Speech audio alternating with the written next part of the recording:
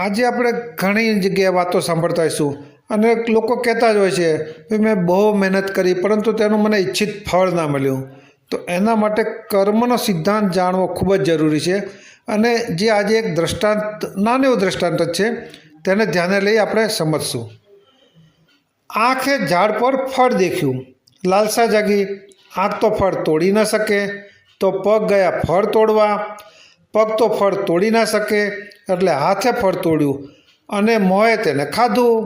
આમ જેણે દેખ્યું એ ગયું નહીં, જે ગયો એને તોડ્યું નહીં, અને જેને તોડ્યું એણે ખાધું નહીં.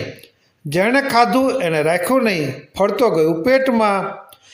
આ બીજી રીતે પણ વિચાર્યું.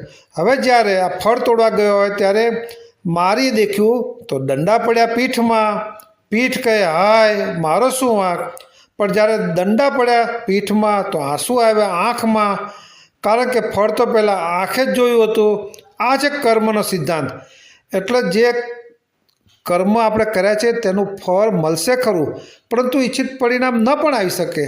તો એના માટે આપણે ચિંતા નહીં કરવાની. આપણા જે પ્રયત્નો હોય, આપણે જે પરિશ્રમ કરતા જ રહેવાનું.